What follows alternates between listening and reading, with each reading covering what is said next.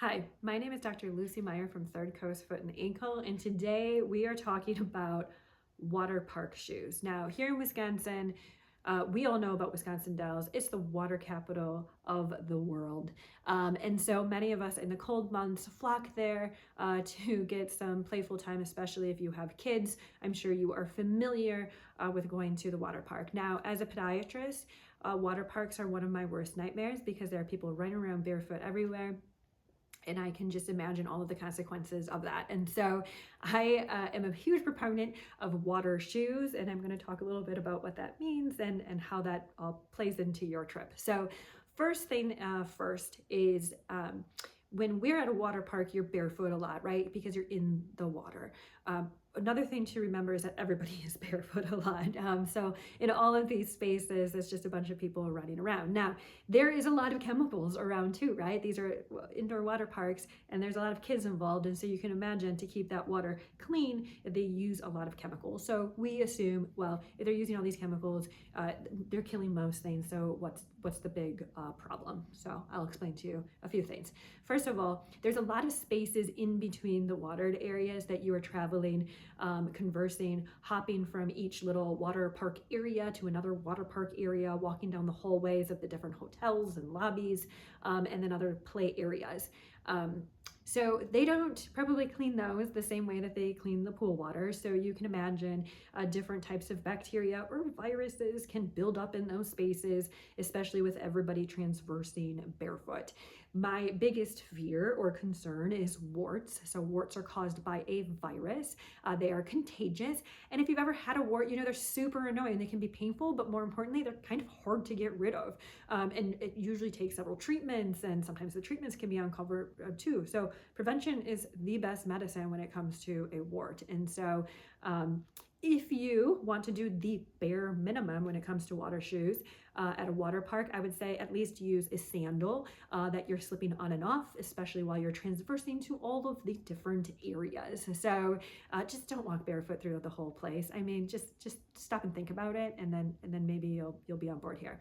Now, when we're actually talking about different types of like water shoes, you know, there's water resistant shoes. There's actually shoes that are meant to be in the water. And there's a whole spectrum of different things. Now, for someone like me, I'm scared of my foot being bare in public, but I also have really flat feet. So if I'm barefoot for long periods of time, my feet hurt, my knees hurt, you know, my legs hurt, my back hurts, all of those things. And so I actually really need more support. I can't be barefoot all day long.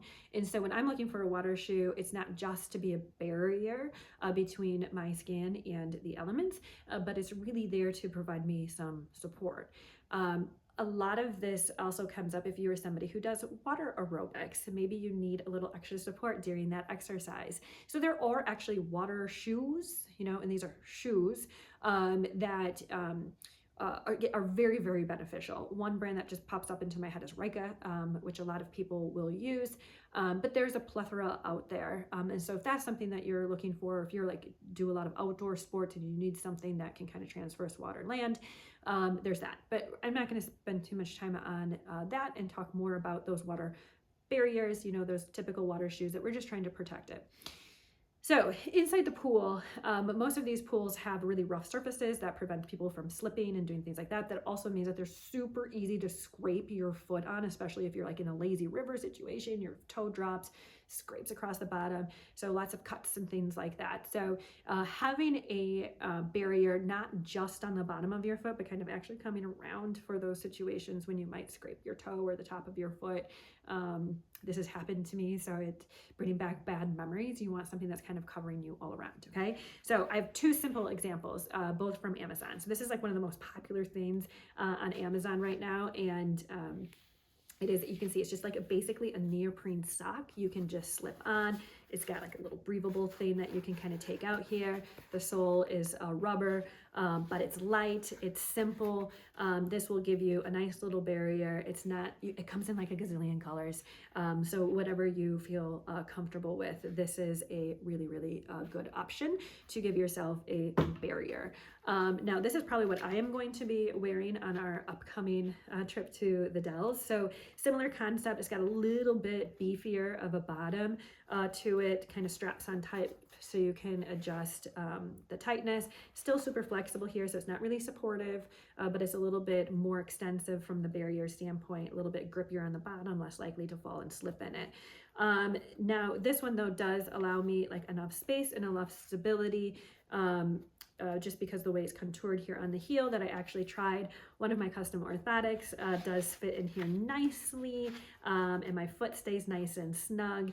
It's not sliding around, so I've tested it out, and this does seem to work for me, so I won't have sore legs walking around chasing my kids all day long. Now, something to mention if you're like, oh, good idea, I'm going to wear my custom orthotic, proceed with caution. Depending on what your orthotic is made out of, that chlorine, lots of chemicals in the water, may damage the orthotic, specifically the glue. So if you have a lot of materials to your orthotic, gluing the pieces together, you might actually see some damage.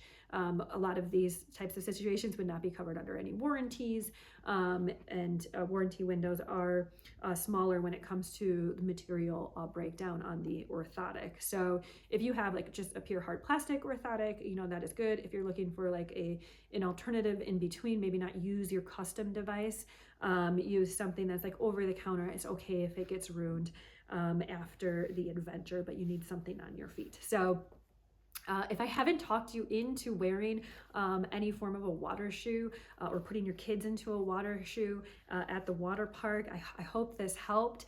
I have a strong struggle even in my own household to get people to wear water shoes. I'm always in them. I'll be honest, the rest of my family is not always in them, but I try very hard every single time. So good luck at your next water park adventure. And once again, Dr. Lucy Meier from Third Coast Foot and Ankle. If you liked this, please thumbs us up. If you have more questions or any comments to add, please leave them. We are happy to hear them.